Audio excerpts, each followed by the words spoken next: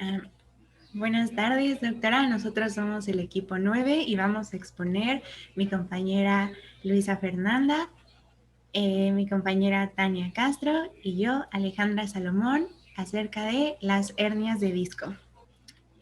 Bueno, las hernias de disco se definen como la herniación o protusión del núcleo pulposo que forma parte de los discos intervertebrales.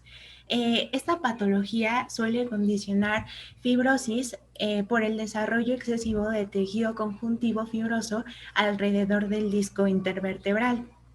Esta fibrosis puede ocasionar compresión del nervio y de las estructuras adyacentes. La hernia del núcleo pulposo puede darse en dos partes. Puede ser una protusión central en la línea media debajo del ligamento longitudinal posterior o una protusión lateral al lado del ligamento posterior y que está próximo al agujero intervertebral. Este padecimiento suele ser muy común en la población y por lo general las afecciones de disco intervertebral suelen reducir mucho la calidad de vida de cada persona y son excesivamente también silenciosas o pueden ser bien toleradas debido a su cronicidad, perdón, y aunque y bueno, también presentan alarmantes consecuencias, por lo que es importante diagnosticarlas y sobre todo tratarlas.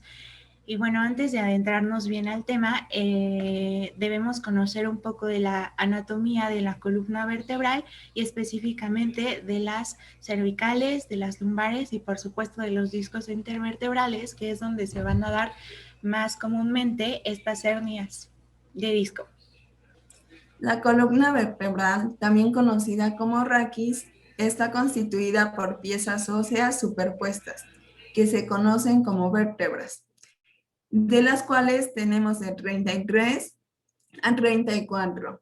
Y la columna vertebral se va a dividir en cuatro porciones. De arriba hacia abajo vamos a encontrar la región cervical, la región torácica, la región lumbar y la región pélvica, de las cuales existen 7 vértebras cervicales, 12 vértebras torácicas, 5 vértebras lumbares y de 9 a 10 vértebras pélvicas, que cuando se presentan soldadas entre sí van a formar dos piezas óseas, que son el sacro y el coxis. El conjunto de vértebras cervicales, torácicas y lumbares se conocen como vértebras libres, y a estas se les estudia por caracteres generales, que son aquellas comunes entre todas las vértebras, por caracteres particulares, que son propios de cada región, y por caracteres individuales, que son aquellas características de una vértebra en una misma región. Hablando sobre las características generales, las vértebras van a tener un cuerpo vertebral, que es aquel que ocupa la porción anterior de todas las vértebras, va a tener una forma de cilindro, va a presentar caras laterales, una cara superior, inferior, anterior y posterior. Este cuerpo vertebral está constituido por tejido esponjoso, espeso, sólido y resistente, y este le va a atribuir la característica de sustentación de la columna. El arco vertebral es otra parte de la vértebra. Está colocado por detrás del cuerpo vertebral. Comprende a diferentes apófisis como transversas, articulares, la espinosa, láminas vertebrales y pedículos. Este arco representa la parte motora de la vértebra. Y por último, un foramen vertebral, que constituye el conducto vertebral, y cuando este se superpone, se va a alojar en la médula espinal, sus raíces y anexos. Cuando el foramen se abre a ambos lados, va a constituir los forámenes intervertebrales. Estos permiten el paso de las raíces espinales.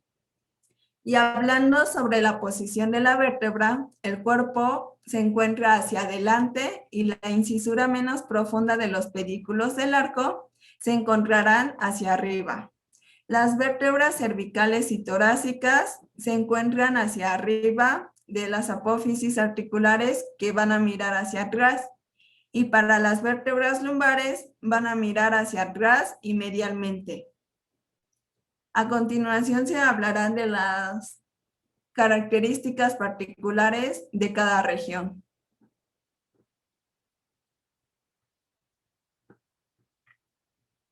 Al hablar de las hernias, se desarrollan con mayor frecuencia en las cervicales y en las lumbares. Y hablaremos de manera muy general y rápida sobre sus generalidades particulares y por supuesto de sus medios de unión, que son los discos intervertebrales. En la presentación se observa la región cervical. La región cervical está constituida por un cuerpo, el cual se va a encontrar alargado transversalmente. Su cara anterior va a ser cóncava y su cara posterior se encuentra plana. En los extremos de su cara superior se observan dos salientes, que son las apófisis unquiformes, también conocidas como semilunares del cuerpo. Y en sus extremos laterales de la cara inferior se presentan dos escotaduras unquiformes de la vértebra subyacente. Las vértebras cervicales también están constituidas por pedículos del arco vertebral, los cuales emergen del cuerpo vertebral. Van a encontrarse oblicuos hacia atrás y lateralmente.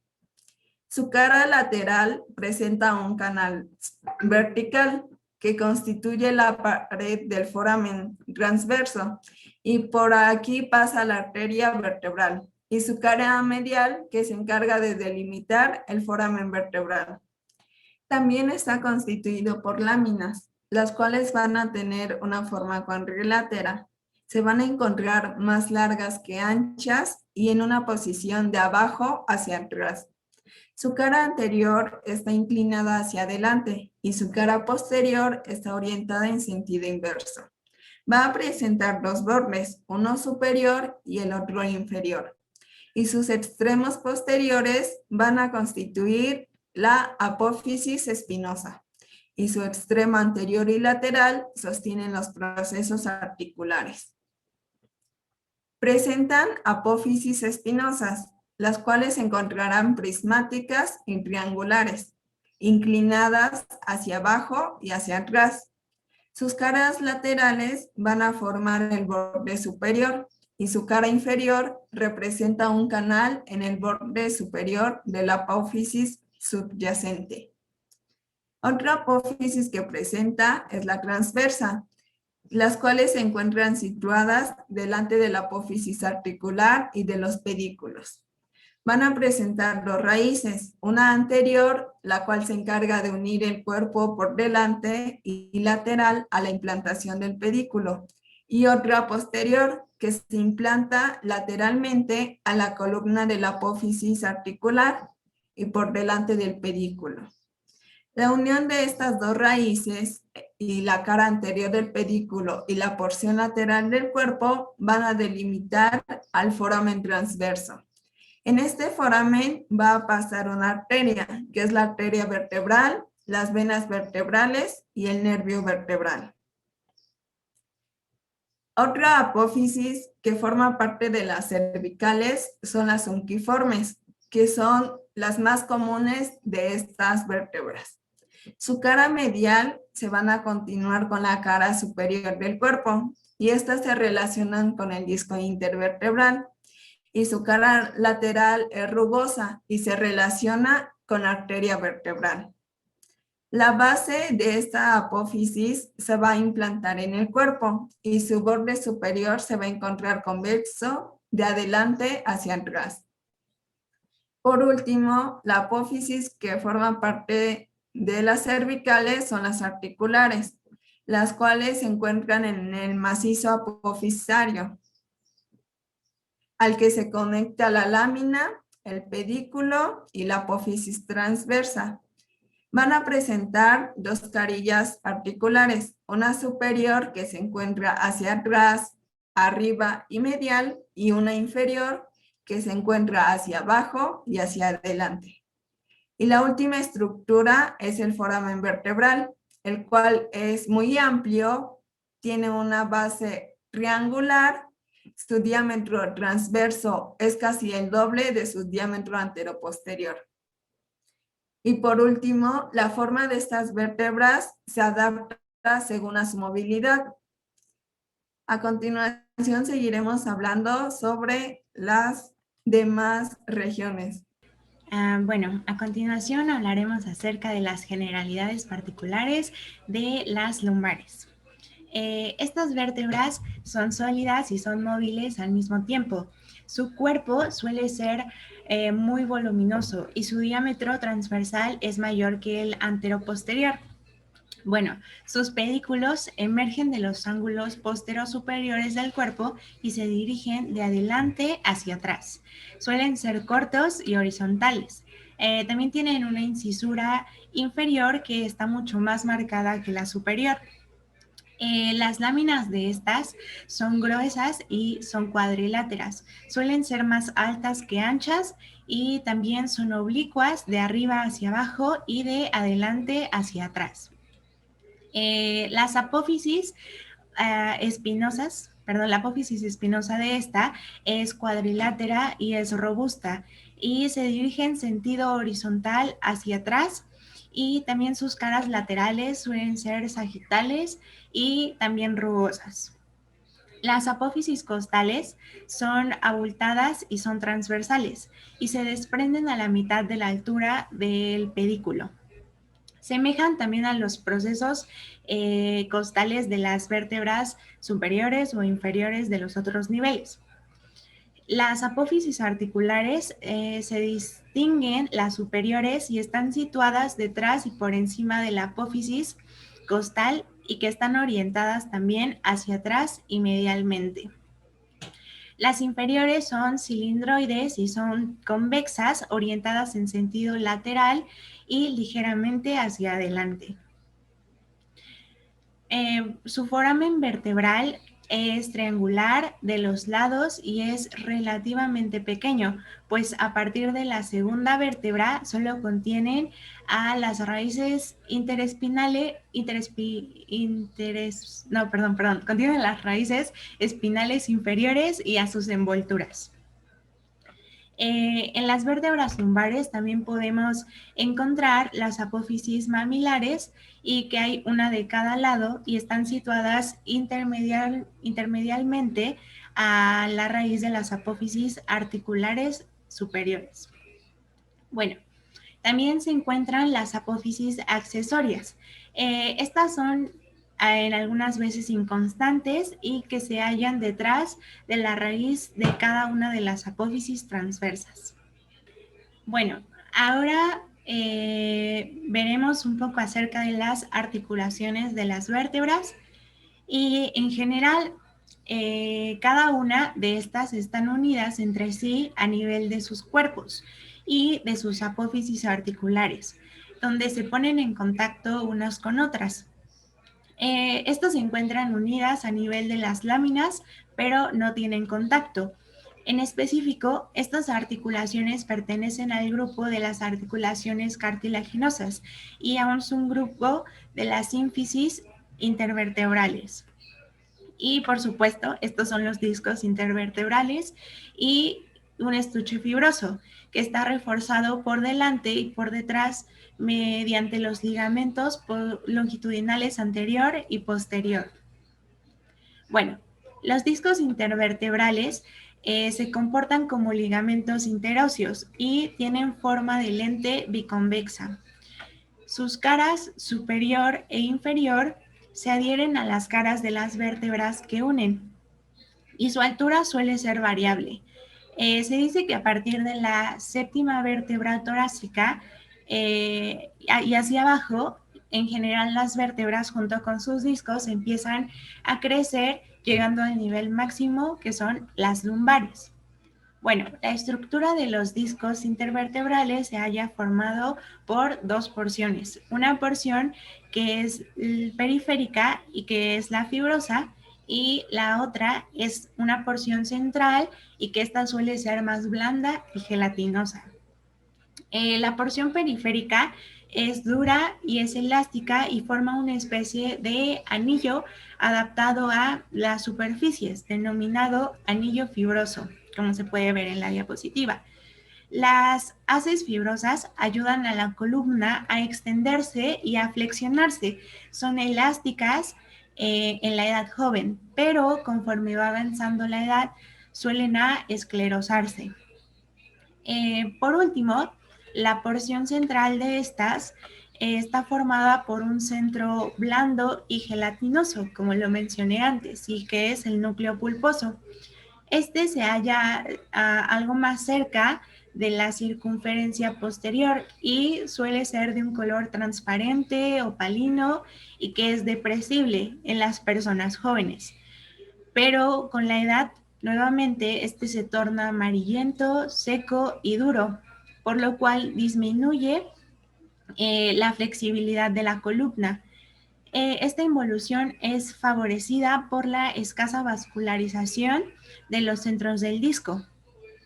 Bueno, el núcleo pulposo tiene una función importante en los movimientos de la columna. Este se alarga o se concentra sobre sí mismo. También puede desplazarse hacia adelante o hacia atrás en la medida que lo permite la elasticidad de la parte fibrosa del disco. La epidemiología de esta alteración se sitúa en torno al 2% en los pacientes con dolor de espalda. Este dolor afecta a buena parte de la población sin que se haya diferenciado entre un sexo y otro. La hernia discal afecta fundamentalmente a las personas cuya edad está comprendida entre los 30 y 50 años. Este resultado está pensado, por supuesto, en que en esa edad generalmente tiendes a hacer mayores actividades, por lo cual se va desgastando el disco intervertebral. En México específicamente se dice que esta afección se da más entre los 30 y 40 años. Existen tres tipos de hernias, las cuales son cervicales, torácicas y lumbares. Voy a iniciar hablando sobre las hernias cervicales. Estas hernias son las segundas más frecuentes y los discos más susceptibles son aquellos que se van a situar entre la quinta y la sexta y la sexta y la séptima vértebras cervicales. En este tipo de hernias existen dos protrusiones, las cuales son laterales y centrales. Las protrusiones centrales van a presionar la médula espinal y la arteria espinal anterior, y estas van a afectar a diferentes tractos espinosos. Y las protrusiones laterales, las cuales van a causar presión sobre un nervio raquídeo o sus raíces. Es importante mencionar que cada nervio raquídeo sale por encima de la vértebra correspondiente. Por ejemplo, si la protrusión se encuentra entre la quinta y sexta vértebras cervicales, van a comprimir el nervio raquídeo conocido como C6 o sus raíces. En este tipo de protrusiones se va a presentar dolor cerca de la parte inferior, de la parte posterior del cuello y del hombro. Y pues, obvio, por la distribución del nervio raquídeo afectado. Posteriormente, las hernias discales torácicas representan aquellas que son las menos frecuentes entre los tres tipos que existen. Estas representan menos del 1% de los discos herniados. Estas van a presentar, cuando la compresión es medular, presentan dolor radicular o cambios sensorio-motores en las extremidades inferiores. El 75% se encuentra por debajo de la vértebra T8 y la mayoría entre las vértebras T11 a T12. El hecho de que esta vértebra se presente con menor frecuencia es por la presencia de la caja torácica, la cual sirve de apoyo para esta región torácica. Y por último, las hernias de discos lumbares, las cuales son las más frecuentes. Este tipo de hernias lumbares van a afectar a la cuarta y quinta vértebra lumbar y entre la quinta lumbar y el sacro. En la región lumbar, las raíces de la cola de caballo corren por detrás de numerosos discos invertebrales. Es importante recordar esto porque posteriormente se hablarán sobre las afecciones y lo que ocasiona. Las hernias laterales van a ocasionar la presión de una a dos raíces y van a afectar la raíz nerviosa, la cual se va a encontrar dirigida hacia el agujero intervertebral inferior. El núcleo pulposo se va a encontrar herniado hacia atrás y cuando es una gran hernia se puede comprimir por completo la cola de caballo, lo cual puede ocasionar lo que se conoce como paraplegia. Bien, ahora es momento de hablar acerca de la etiología. Es importante mencionar que las hernias de disco es una patología que es multifactorial, es decir, que va a presentar varios factores de riesgo, mencionando los más importantes, que es la edad, el peso corporal excesivo, el tabaquismo, traumatismos o actividades extenuantes repetitivas. Comenzando con la edad, las hernias de disco llegan a aparecer a partir de los 20 años a los 50 años, pero se ha visto que se presenta principalmente entre los 40 y los 50 años. Este dato ya fue mencionado anteriormente. ¿Esto por qué pasa? Porque los discos intervertebrales se van debilitando con la edad y se van a ir desgastando, además de que van a ir perdiendo su elasticidad. De igual manera, el centro gelatinoso del disco se va a secar y se pierde gran parte de lo que ya se mencionó, de la elasticidad, lo que lo hace susceptible a desgarros. El otro punto que se debe de mencionar es el peso corporal excesivo, ya que provoca un estrés adicional a los discos intervertebrales lumbares, siendo uno de los factores de riesgo principales para las hernias del disco lumbares. Y este es un punto muy importante, ya que los mexicanos tienen una mayor predisposición de tener obesidad, ya que actualmente somos el segundo país con mayor obesidad en el mundo. Otro factor, que es uno de los factores de riesgo más importantes detrás de las hernias de disco, es el tabaquismo. Ya que las hernias de disco lumbares principalmente pueden aparecer por una tos crónica que el tabaquismo llega a generar, además de que las sustancias químicas del cigarro producen una debilidad de las fibras del disco intervertebral. Cuando hablamos de traumatismo que generan las hernias de disco, vamos a involucrar actividades diarias que llegamos a realizar, pero estas se hacen incorrectamente. Por ejemplo, levantar algún objeto que tiene mucho peso y lo hacemos en una posición inadecuada. Otro traumatismo es que nos lleguemos a resbalar o nos caigamos y caigamos sobre la región glútea. Llega a aparecer hasta un traumatismo al momento de hasta reprimir un estornudo por la fuerza que se hace. También es muy importante la posición en la que llegamos a estar. Muchas veces llega a interferir el hecho de estar mucho tiempo parados o sentados en una posición incorrecta o sin un apoyo lumbar. Esto va a producir un aumento en la presión del disco. También otro factor de riesgo es la conducción de cuando se hace altas horas. El último punto son las actividades extenuantes repetitivas. Esto es muy importante porque muchas personas tienen trabajos que realizan diariamente y en donde necesitan mucho trabajo de fuerza, ya que se deben de levantar muchas cosas pesadas o deben de estar girándose constantemente, estar subiendo o bajando. y esto se va a realizar con mucha frecuencia. Es por esto que muchos de los trabajadores que tienen este tipo de trabajos van a presentar este tipo de hernias. Ahora hablaremos acerca de la fisiopatología. Bueno, como se mencionó en la etiología, uno de los factores de riesgo para tener una hernia discal es el traumatismo, con lo cual no va a haber duda del origen de la hernia discal que se va a producir. Pero también otras características para que se dé esta afección es la genética, porque esta juega un papel muy importante y que van a presentar, porque no todos van a presentar más bien los mismos síntomas. Por ejemplo, algunas personas pueden presentar dolores en la región lumbar un poco más fuerte, incluso a edades un poco adelantadas que otras personas, como algunos artículos mencionan que, por ejemplo, los hombres llegan a tener dolores lumbares 10 años antes que las mujeres.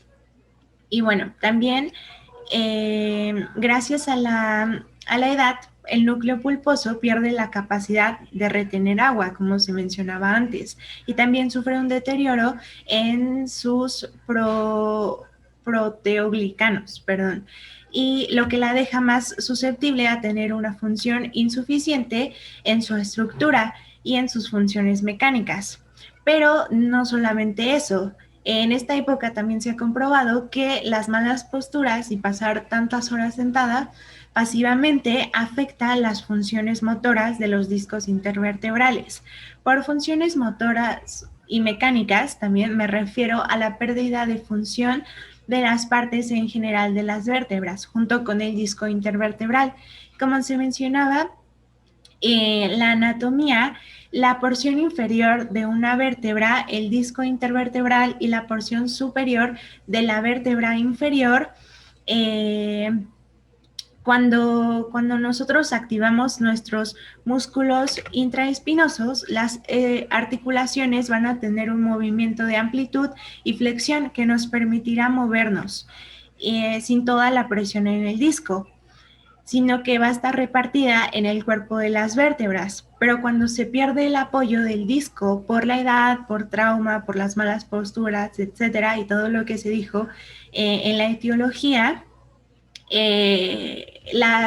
los procesos articulares van a bloquear a los músculos intraespinosos, lo cual va a ocasionar que se cierre o que se amplíe de una forma incorrecta, por lo cual toda la presión va a quedar sobre el disco intervertebral, lo que va a ocasionar que el anillo pulposo del disco empiece a viajar hacia las zonas periféricas hasta que se va filtrando y hacia las partes adyacentes de la columna o hacia los nervios, lo cual va a ocasionar mucho dolor y pues diferentes afecciones. Bien, es momento de hablar del cuadro clínico y para hablar de esto, de esta patología, es importante saber que los signos y los síntomas se presentan de acuerdo de la localización de la hernia, su tamaño y la extensión del material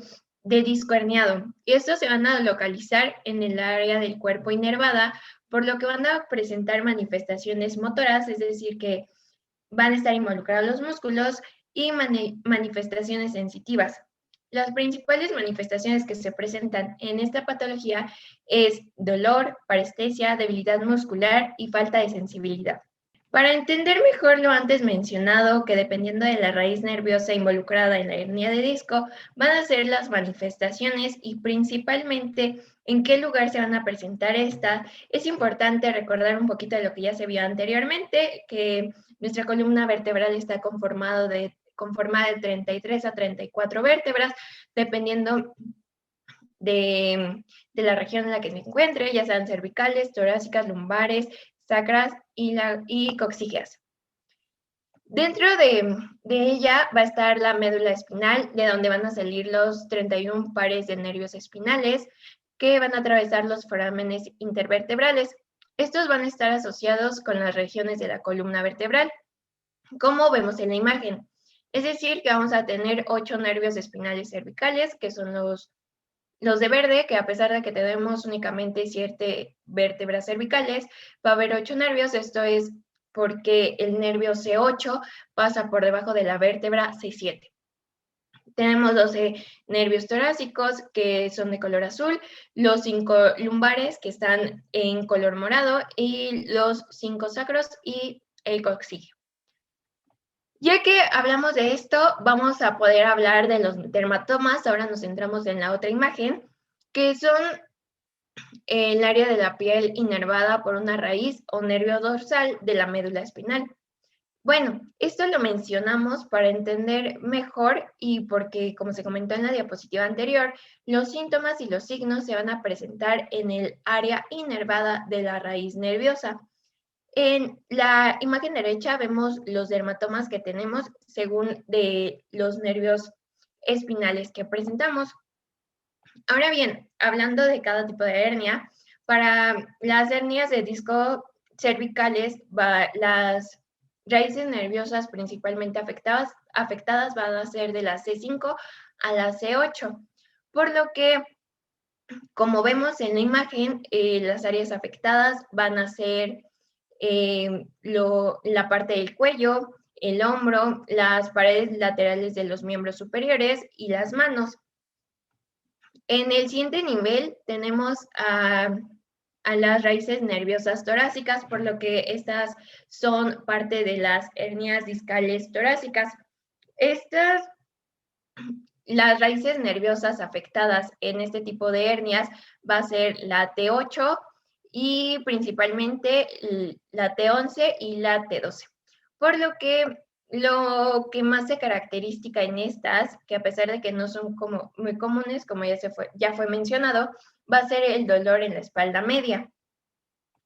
Por último, para hacer referencia a las hernias discales lumbares, que son las más frecuentes y en donde más signos y síntomas presentan por lo mismo de los dermatomas y todo lo que va a inervar la raíz nerviosa que estas son afectadas, las cuales las principales raíces nerviosas afectadas va a ser la L4, la L5 y la S1, que como vemos van a presentarse los síntomas y en la espalda baja, en la parte de las piernas, los dedos de los pies, y es aquí donde tiene relación la ciática, de la cual se hablará más adelante. Ya con esto podemos mencionar ya un poquito más puntual acerca de los síntomas de cada tipo de hernia. Bueno, para hablar un poco de los signos y los síntomas de la hernia de disco cervical, como ya sabemos, las hernias, este tipo de hernia se va a presentar principalmente en el nivel de la C4, C5, C5, C6, C6, C7, C7 y T1, que es la tabla que vemos en la parte inferior. Bueno, la que tiene mayor frecuencia va a ser cuando la hernia se ubica en el nivel C6 y el C7, en donde vamos a tener la raíz lesionada, que va a ser la C7, que recordando un poco, está en las manos y en las muñecas, por lo que vamos a presentar debilidad en los extensores de la muñeca e insensibilidad en el segundo y tercer dedo. Bien, ahora para irnos al nivel C4 o C5, que tiene una frecuencia únicamente del 2%, que no es muy común, la raíz lesionada va a ser la C5 y va a presentar una debilidad en el deltoides e insensibilidad en el hombro, que este es muy característico, que siempre van a tener dolores acá. Ahora el nivel C5, C6, en donde la raíz lesionada es la C6, va a haber una debilidad en el bíceps braquial y en el pulgar principalmente va a haber adormecimiento. Y por último tenemos la C7 y T1, donde la raíz lesionada es la C8. Esto se va a ver, va a haber una debilidad en la mano y en el cuarto y en el quinto dedo. Por lo que podemos terminar de comentar es que los signos y los síntomas más comunes en este tipo de hernias es el dolor de cuello, hombros, el antebrazo o la mano. Se va a sentir hormigueo, presión, falta de sensibilidad de los dedos, como ya se mencionó, dolores de cabeza y mareos. Estos dos últimos son muy pocos frecuentes. Siguiente, por favor. Bien, las hernias de disco torácicas, como ya hablé, las raíces nerviosas que son afectadas son muy pocas y la región en la que se va a presentar principalmente la debilidad o algún signo y síntoma va a ser en la espalda media, por lo que va a haber dolor en la espalda, hormigueo en el tronco, a veces genitales y extremidades inferiores. Y como característica de casi de este tipo de hernias es la falta de fuerza. Es importante mencionar que en este tipo de hernias, muchas de ellas son asintomáticas, por lo que muchas personas, aunque presenten una hernia, es probable que nunca se den cuenta. Siguiente, por favor. Por último, tenemos a las hernias de disco lumbar, que como ya se vino mencionando durante toda la exposición, son las más comunes y las que más se afectan. Es decir, los tipos de hernias nos vamos a enfocar en la tabla que está en la parte inferior.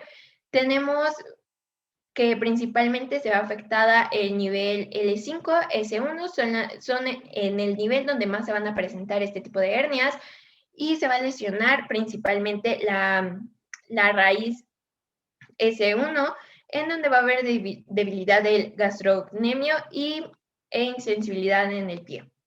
Después está el nivel L4, L5, en donde vamos a tener la raíz lesionada, la L5, y acordándonos un poco de los dermatomas, se va a tener debilidad en la tibia anterior y en el quinto dedo del pie. Por último, el nivel L3, L4, que es el menos común, que va a tener lesionada la raíz L4, y va a presentar una debilidad en el cuádriceps e insensibilidad en el muslo anterior. Para generalizar un poco acerca de este tipo de hernias, los síntomas que se van a presentar principalmente y que se va a hablar en la siguiente diapositiva es la ciática, que tiene una gran importancia, el cosquilleo o entumecimiento en las piernas o en los pies, debilidad muscular y lumbalgia. La lumbalgia es muy representativa acerca de este tipo de hernias porque causa dolor lumbar. Como se mencionó anteriormente y como la acaba de mencionar mi compañera, las hernias de discos lumbares son las más frecuentes. En este tipo de hernias, el dolor se va a extender hacia abajo, a la pierna, el pie y pues la distribución del nervio afectado. La afección más característica de este tipo de hernias es la afección que se conoce como ciática o dolor ciático, que es cuando hay una compresión en las raíces posteriores sensitivas, especialmente en la quinta lumbar y la primera sacra.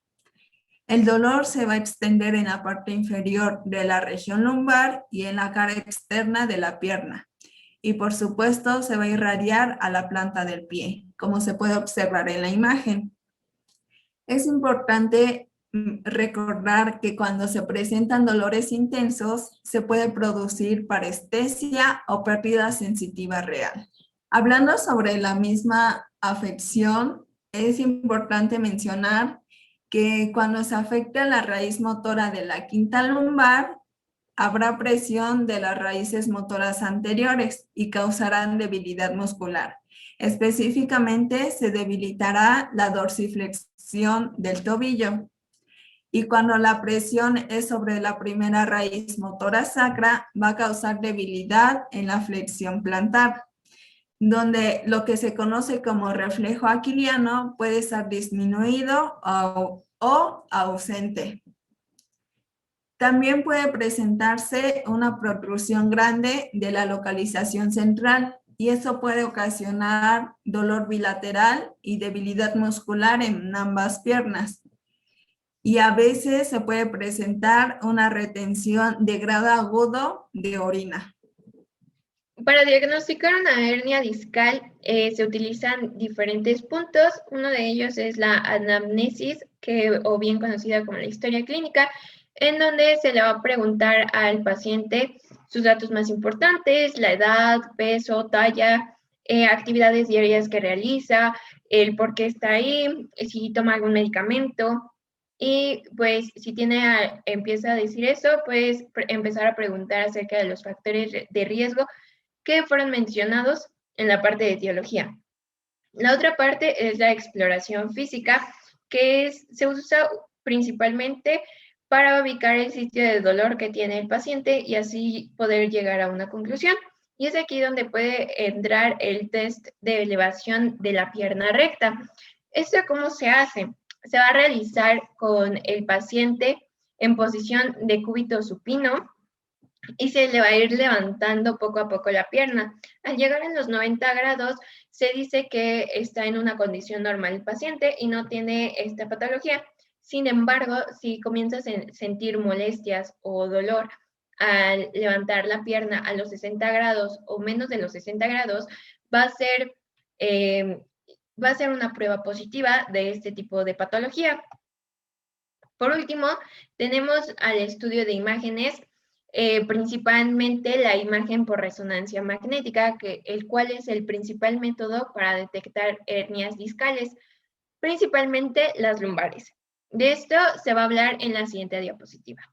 La imagen por resonancia magnética es el método normativo para detectar y definir hernias de disco, pero puede llegar a ser demasiado sensible, por lo que esta se llega a completar con la historia clínica del paciente que se mencionó anteriormente. Principalmente, pues, preguntarle acerca de sus actividades diarias y si ha sufrido algún traumatismo últimamente. Esto pasa acerca de que, pues, la resonancia magnética llega a ser muy sensible, por lo que muchas personas, si llegan asintomáticas, puede ser que no llegue a aparecer la hernia en la imagen. Bien, de modo típico, las hernias de disco van a tener 3 morfologías de acuerdo a la imagen por resonancia magnética.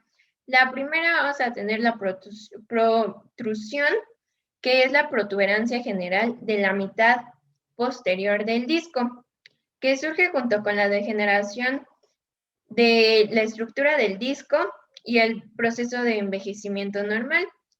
Pues, como ya venimos hablando, la van a venir presentando cuando llegas a tener algún tipo de hernia de disco por la edad. Va a constituir la forma más frecuente de hernia del núcleo pulposo y se llega a detectar entre un 20 a un 30% de adultos asintomáticos menores de 40 años. Después tenemos la extrusión discal, que es una hernia del núcleo pulposo en el que el material nuclear sobresale del anillo y va más allá, con lo cual se genera una imagen como en Z, con un capuchón y un tallito. Por último, vamos a tener al secuestro, que es la extrusión, pero que esta evolucionó. Es decir, que el fragmento herniado del núcleo va a quedar separado del disco en donde se formó la hernia discal. De modo típico, las extrusiones y los secuestros tienen mejores culminaciones que la protrusión. Ahora nos vamos un poco a la imagen que tenemos en esta diapositiva y con lo que se explicó, pues esta es una imagen de resonancia magnética sagital que va a presentar una extrusión, ya que, como vemos, se ha desplazado en sentido ascendente la hernia de su espacio discal de origen, que es la lumbar quinta y la sacra primera. Hablando sobre el tratamiento, no hay alguno que se considere ideal para la mejora de hernias de discos. Se consideran por parte de los investigadores y por diferentes estudios, dos estrategias que son las más usadas en la población que presentan algún tipo de hernia de disco. La primera estrategia son los tratamientos conservadores. Estos implican educación del paciente, el cual se tiene que informar al paciente de sus cuidados. El paciente debe estar informado sobre su afección para saber qué métodos emplear para que esto no se pueda seguir agravando. También se incluye la medicina rehabilitadora, por ejemplo, terapias físicas que conllevan masajes, estimulación nerviosa y muscular y son hechas por especialistas adecuados, como los fisioterapeutas.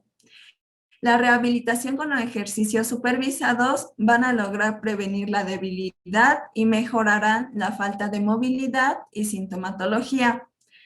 Otro aspecto de los tratamientos conservadores son la medicina alternativa, que se propone la acupuntura y terapias herbales, por ejemplo, el pimentón, aceite de lavanda y corteza de sauce blanco. Estos resultan en una mejoría de los síntomas en el seguimiento a corto plazo.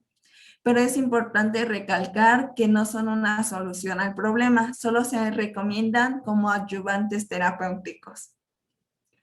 Y otro es el reposo en cama, la kinesiología y la farmacéutica. En la farmacéutica podemos emplear AINES para el alivio del dolor y analgésicos opioides, pero es importante que estos sean limitados y supervisados porque pueden presentar un índice de fracturas por sobredosificación, la cual puede ser voluntaria o involuntaria. Esto se debe por la supresión del dolor que causan y por la anestesia que generan. Y la segunda estrategia son las técnicas quirúrgicas, las cuales pueden ser escisión quirúrgica, disectomía endoscópica percutánea y laminectomía. Y por último...